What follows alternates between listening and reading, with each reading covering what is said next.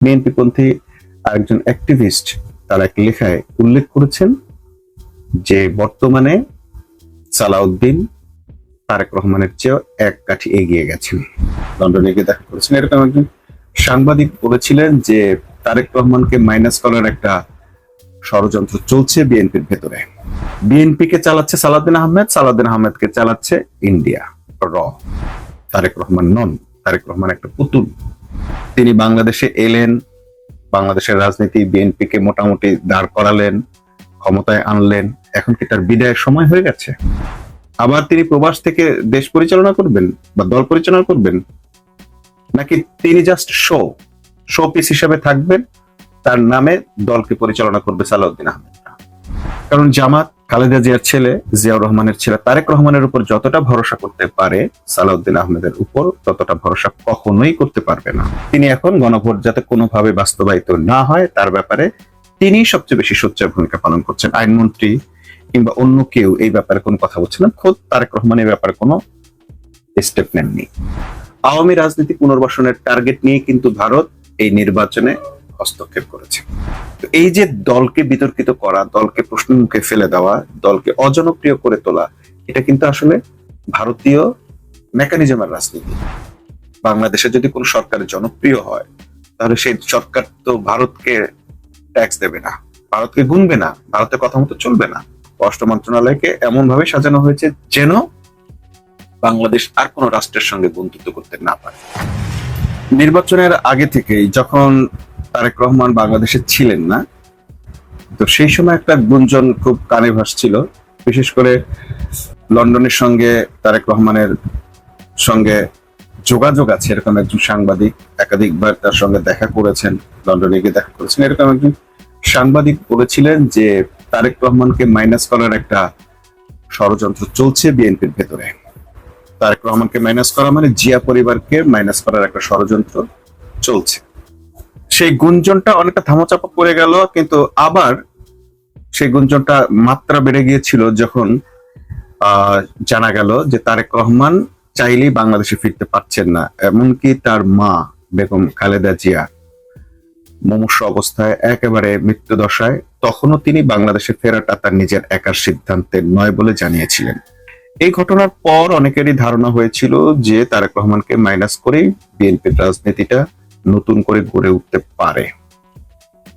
তো সেই সময় এরপর যখন বাংলাদেশে তারেক রহমান আসলেন, মোটামুটি এটা ধামাচাপা পড়ে গেল। কিন্তু এই মুহূর্তে আবারও কিন্তু সেই ধরনের গুঞ্জন শোনা যাচ্ছে।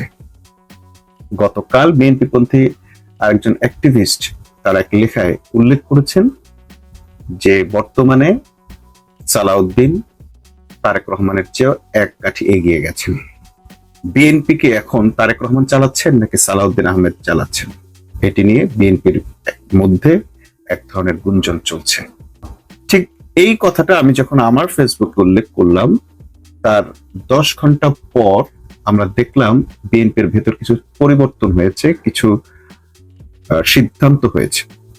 সেই সিদ্ধান্তগুলোর মধ্যে একটা হচ্ছে তারেক রহমানের অবর্তমানে সংসদে দায়িত্ব পালন করবেন কে? ওই ব্যক্তিটি হচ্ছেন সালাউদ্দিন আহমেদ। তার মানে হচ্ছে যে গুঞ্জনটি আমরা শুনতে পাচ্ছিলাম, যে গুঞ্জনটি বিএনপির ভিতর চলছিল, যে গুঞ্জনটি বিএনপির অ্যাক্টিভিস্ট আমাকে প্রকাশ করলে, ঠিক 10 ঘন্টা পর আমরা তার বাস্তবায়ন দেখতে পেলাম যে হ্যাঁ, সালাউদ্দিন আহমেদই হচ্ছেন বিএনপির পরবর্তী মানুষটি, যাকে প্রধানমন্ত্রীর অনুপস্থিতিতে দায়িত্ব দেওয়া হচ্ছে। তো এইরকম বড় একটি দায়িত্ব যিনি পালন করবেন, এটি হইতেই পারে, কিন্তু যখন তিনি চলে যান তখন হয়তো এই ব্যাপারটা নিয়ে প্রশ্ন ওঠে। কিন্তু এখনই কেন, যখন আবার এই ধরনের গুঞ্জন চলছে যে সালাউদ্দিন আহমেদ বিএনপি চালাচ্ছেন, দল চালাচ্ছেন সালাউদ্দিন আহমেদ, তারেক রহমান নন, তারেক রহমান একটা পুতুল।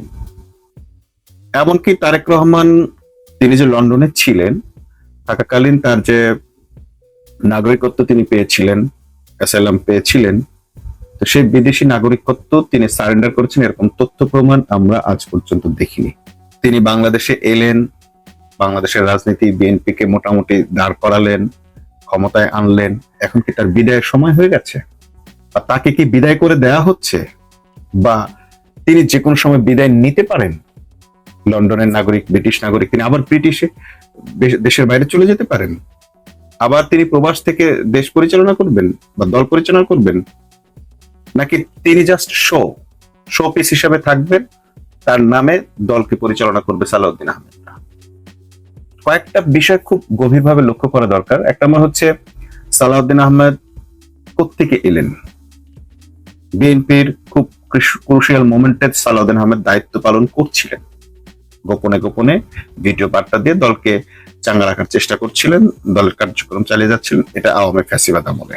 কিন্তু এরপর আমরা দেখলাম সালাউদ্দিন আহমেদের একটা গুমের খবর আমাদের সামনে, চোখের সামনে প্রচার হলো, কিন্তু আসলে সেই ঘটনাটি আমরা পরে আর গুম হিসেবে দেখলাম না। সালাউদ্দিন আহমেদও ফেরার পরে আর কোনো গুমের নালিশ কোথাও করলেন না। কোথায় গুম হয়েছিলেন, কিভাবে ছিলেন, সেগুলো দেখা গেল না, কিন্তু আমরা বিভিন্ন মাধ্যমে জানলাম তিনি আসলে গুম হন নাই।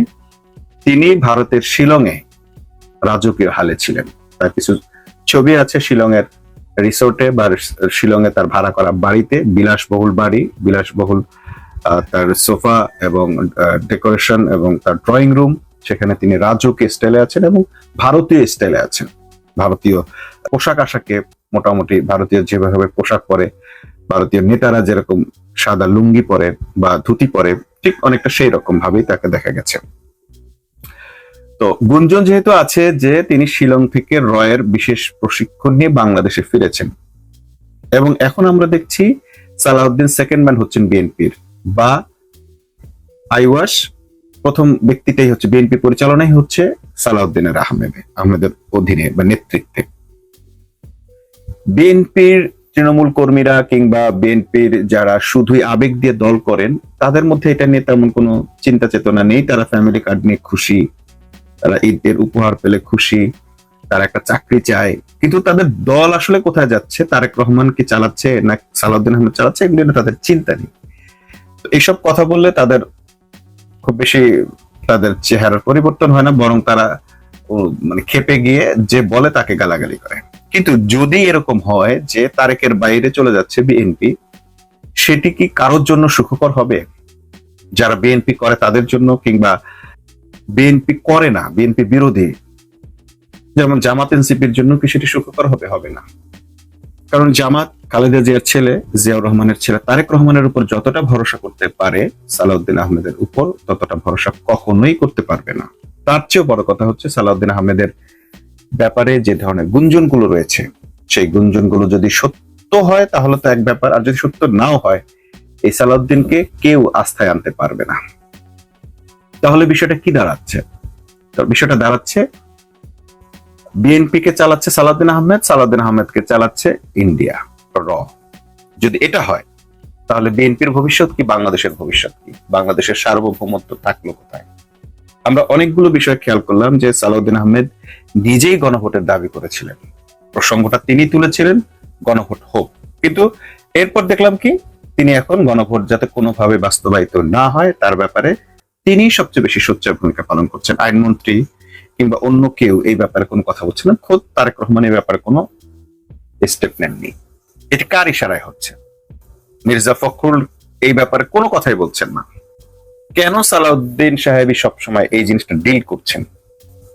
আমরা কয়েকটা বিষয় এখানে খেয়াল করি। একটা হচ্ছে, সালাউদ্দিন আহমেদ, তারেক রহমান যে কাজগুলো করছেন, এই এক মাসে যা যা করেছেন, অনেক প্রশংসা পেয়েছেন, প্রশংসা পাওয়ার মতো কাজ করেছেন। নাম্বার ওয়ান, তিনি বিজয় উল্লাস করলেন না, বিজয় মিছিল করলেন না, হাঁস পাটি করতে দেননি দলকে।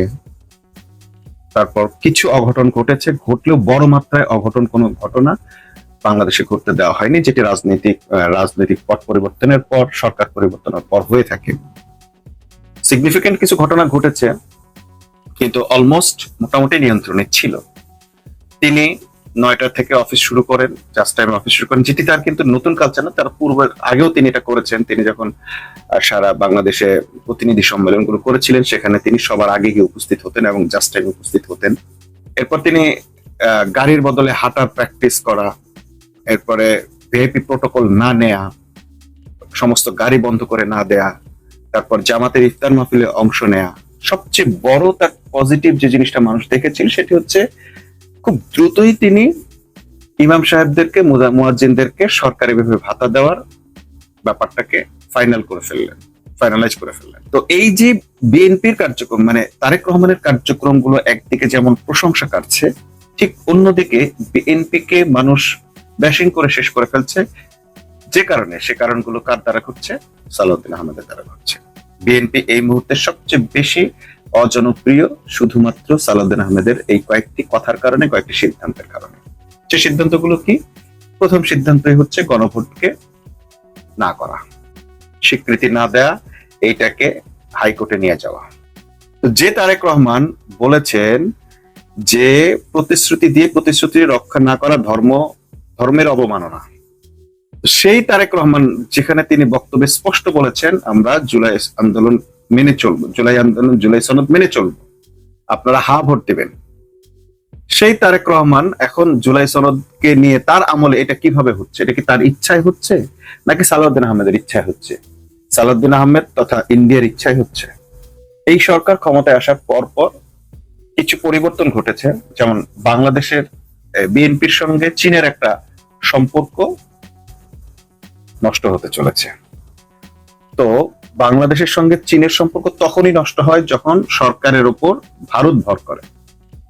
2016 সালে শেখ হাসিনা যখন ভারতের কাছ থেকে দুটি সাবমেরিন নিল, চীনের কাছ থেকে যখন দুটো সাবমেরিন নিল, চীন যখন বাংলাদেশে দুটো সাবমেরিন রাখলো, তখন থেকেই আওয়ামী লীগের সঙ্গে শেখ হাসিনার সঙ্গে সম্পর্কটা নষ্ট হয়ে গেল। ঠিক সেই কাজটা কিন্তু এবার বিএনপির আমলে হচ্ছে। অলরেডি তাইওয়ানকে দূতাবাস দেওয়া, হ্যান ত্যান একটা ব্যাপার এখানে আছে, এবং তাইওয়ানকে দূতাবাস দেওয়ার ব্যাপারে এর আগে চীনের সঙ্গে বিএনপির সম্পর্ক নষ্ট করার ক্ষেত্রে যার সবচেয়ে বড় ভূমিকা ছিল আমির খুরশিদ মাহমুদ চৌধুরী, তিনি এখন একটা বড় রোল প্লে করছেন। সালাউদ্দিন আহমেদের সঙ্গে তিনি একজন ব্যক্তি যিনি বিএনপিকে ভারতপন্থী বানিয়ে ফেলছেন। যে বিএনপি ভারতের বিরুদ্ধে স্লোগান দিল, ভারত বয়কটের আহ্বান করলো, যে রিজভী আহমেদ প্রকাশ্যে ভারতের শাড়ি পরালেন, একাধিকবার এই কর্মসূচি পালন করলেন, সেই বিএনপি এখন পুরোপুরি ভারতের পকেটে ঢুকে গেছে। কার নেতৃত্বে? শহীদ হাদি একটা কথা বলে গেছিলেন যে জিয়া পরিবার কখনোই ভারতের ফাঁদে পা দেবে না, ভারতের পকেটে ঢুকবে না, জিয়া পরিবারকে ভারত গ্রাস করতে পারবে না। কিন্তু আমরা দেখছি তারেক রহমানকে অলরেডি গ্রাস করে ফেলেছে। আদৌ কি তারেক রহমানকে গ্রাস করেছে, নাকি তার সঙ্গের যে উপদেষ্টা মাহাদি আমিনদেরকে দিয়ে তারেক রহমানের পার্টটাকে ভারত লিড দিচ্ছে? তারেক রহমান যাই কিছুই বলুক না কেন, ভারতের কথাটাই মিডিয়ার সামনে আসছে, বা তারেক রহমান আসলে নিজের থেকে কোনো কিছুই করতে পারছেন না।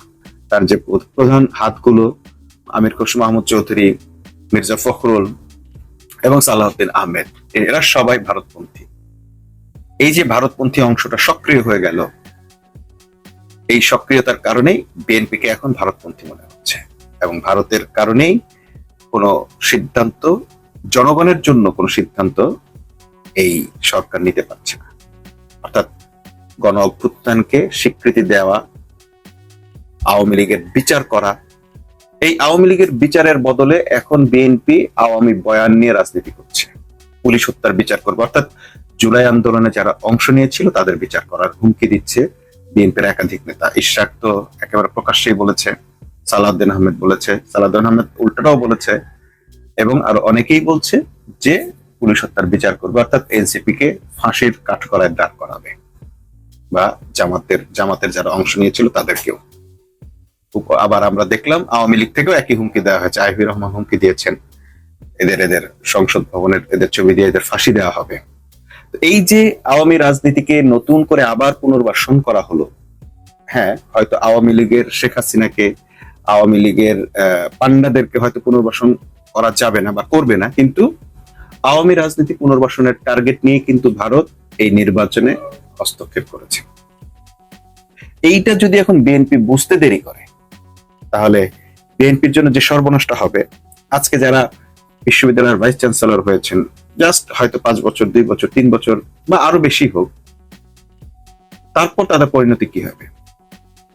যারা আওয়ামী লীগ আমলে ভাইস চ্যান্সেলর ছিলেন, মসজিদের ইমাম পর্যন্ত পালিয়ে যেতে বাধ্য হয়েছেন। দলীয়করণের এমন একটি খারাপ নজির হচ্ছে এটা, যে দলীয়করণ করার পর সে মানুষগুলো এমন হয়ে যায় যে তাদের আর বাংলাদেশে থাকার কোনো অবস্থান তৈরি থাকে না। বাংলাদেশে তার থাকতেই পারে না। তাহলে আজকে যারা বিভিন্ন সেক্টরে 42 জন জেলা প্রশাসক, প্রশাসক নিয়োগ, সিটি প্রশাসক, সিটি কর্পোরেশন গুলোতে প্রশাসক নিয়োগ হলো, এটা হলো সেটা হলো, ভাইস চ্যান্সেলর গুলো নিয়োগ হলো, সব দলীয় লোক নিয়োগ হলো, বাংলাদেশ ব্যাংক গভর্নর দলীয় ভাবে নিয়োগ পেলেন, বিচারাঙ্গনে দলীয় ভাবে নিয়োগ হলো। এই যে দলীয় ভাবে সমস্ত বাংলাদেশটাকে একেবারে নিজের মুঠোর মধ্যে নিয়ে নেওয়া, এটা একটা খারাপ সিমটম। কারণ বাংলাদেশের মানুষ এই দলবাজিটা আসলে সেভাবে পছন্দ করে না। এটা দুইটা ক্ষতিকর দিক। একটা হচ্ছে যে যাকে পদে দিচ্ছেন সে তো আর মানে দলের জন্য আর তার কিছু করার থাকে না, কারণ সে যেটা করেছে সে তখন আখের গুছায় এবং তার একটা গোষ্ঠী নিয়ে সে আখের গুছায়, তার লোকদেরকে সেখানে প্রতিষ্ঠিত করার চেষ্টা করে, সে টাকা পয়সা ওয়ালা হয়ে যায়, টাকা পয়সা নিয়ে সে বিদেশে ভাগার চেষ্টা করে, সে কিভাবে টাকা সংরক্ষণ করবে, তার যার সম্পদ আসে সে চিন্তা করে আমাকে অনন্তকাল বাঁচতে হবে, না বাঁচতে আমি এত টাকা উপার্জন করলাম সেগুলো আমি ভোগ করবো কিভাবে। সে তো আর আপনার দলের জন্য জীবন দিতে আসবে না, সে তো বালু ট্রাক সরাইতে আসবে না। আরেকটা হচ্ছে ধরেন ওইখানকার কম্পিটিটর ছিল 15 জন, 10 জন, 5 জন, বাকি 4 জন কিন্তু দলকে ঘৃণা করতে শুরু করে। ধরেন ভিসির দৌড়ে ছিল 10 জনের আবেদন, তো একজন হয়েছে, বাকি 9 জন এই সরকারের বিরোধিতা করবে, এই বিএনপির বিরোধিতা করবে। কারণ 17 বছর পর যখন দল ক্ষমতায় আসছে তখন তাদের মূল্যায়ন করেনি। কয়জনকে মূল্যায়ন করতে পারবে সরকার? কয়েকটা পোস্ট আছে সরকার দিতে পারবে এদেরকে? কয়জনকে? বিশ্ববিদ্যালয়ে তো আর 200 নেই, কিন্তু তার তো প্রার্থী আছে 200-র বেশি। সেক্ষেত্রে যদি মেধার দিক থেকে কাউকে নিয়োগ দেওয়া হয় তাহলে অন্যদের মনে একটা সান্ত্বনা থাকে। তো আমরা দেখলাম যে এইভাবে বিএনপি কিন্তু এখন সবচেয়ে বেশি বিতর্কের মুখে পড়ে গেছে, বিশেষ করে এই নিয়োগের ক্ষেত্রে। যে নিয়োগের ক্ষেত্রে বলা ছিল জুলাই সনদে যে এই নিয়োগ সরকারের একক ক্ষমতা বলে হবে না, প্রধানমন্ত্রীর একক ক্ষমতা বলে হবে না, এটি হবে একটি আলাদা কমিটি গঠনের মধ্য দিয়ে, এবং সেই কমিটিতে বিরোধী দল লোক থাকবে, বিচারপতির মধ্যে থাকবে, সরকারি দলের থেকে লোক থাকবে। অর্থাৎ একটা স্বচ্ছ প্রক্রিয়ার নিয়োগ কিন্তু চেয়েছিল। কেন চেয়েছিল? কারণ এর ভিত্তিতে এই নিয়োগ প্রক্রিয়া, এই চাকরি, এই কোটা নিয়েই কিন্তু আসলে আন্দোলনটা হয়েছিল। 2000-এর মানে মোটামুটি প্রায় 2000 মানুষ জীবন দিয়েছিল এবং 30,000-এর মতো মানুষ পঙ্গুত্ব বরণ করেছিল। কিন্তু আজকে আমরা দেখলাম সমস্ত রক্তের বদলা এক দলীয় নিয়োগের মধ্যে পর্যবসিত হলো, ফুল আওয়ামী রাজনীতি পুনর্বাসিত হলো। এবং এটাই হচ্ছে ভারতের মেকানিজম, যে তারা সবসময় বাংলাদেশে এই রাজনৈতিক সিস্টেমটাকেই এস্টাবলিশ করে রাখেন, যাতে বাংলাদেশের মানুষ কখনো কোনো দলের প্রতি একচ্ছত্র ভাবে আস্থা রাখতে না পারে। ইতিমধ্যেই আমরা দেখলাম ফ্যামিলি কার্ড নিয়ে ব্যাপক বিতর্ক হয়ে গেছে, কারা ফ্যামিলি কার্ড পেয়েছে, দলের লোকেরাই শুধুমাত্র পেয়েছে। এখন ধরেন বিএনপিকে ভোট দিচ্ছে 3 কোটি বা 3.5 কোটি মানুষ বা 4 কোটি মানুষ, কিন্তু ফ্যামিলি কার্ড পেয়েছে কয়জন? এবং এই ফ্যামিলি কার্ড দেওয়ার বিনিময়ে অনেকের কাছে টাকা নেওয়া হয়েছে। মিডিয়া সব আসতেছে না, আসতে পারছে না, মিডিয়াকে সেভাবে আটকানো হয়েছে। কিন্তু এই যে মানুষ কিন্তু ক্ষেপে যাচ্ছে যে আমি তো পাইলাম না, অমুক পাইলো। এক হচ্ছে তার প্রতি হিংসা বোধ আছে, আবার নিজের বঞ্চনার ক্ষোভ আছে, মানুষ কিন্তু ক্ষুব্ধ হচ্ছে। 3 মাসের মধ্যে এটার একটা বড় ধরনের বাস্ট হতে পারে। তো এই যে দলকে বিতর্কিত করা, দলকে প্রশ্নের মুখে ফেলে দেওয়া, দলকে অজনপ্রিয় করে তোলা, এটা কিন্তু আসলে ভারতীয় মেকানিজমের রাজনীতি। বাংলাদেশে যদি কোন সরকারের জনপ্রিয় হয় তাহলে সেই সরকার তো ভারতকে ট্যাক্স দেবে না, ভারতকে গুনবে না, ভারতের কথা মতো চলবে না। সবসময় এরকম অবস্থা রাখতে হবে যে বাংলাদেশের সরকার সবসময় নড়বড়ে থাকবে, যেন সে ভারতের সাহায্য নিতে বাধ্য হয়। এবং সেই কারণে বাংলাদেশের সরকারকে সবসময় চীন থেকে, আমেরিকা থেকে, অন্য যে কোনো রাষ্ট্রের বন্ধুত্ব থেকে দূরে রাখা হয়।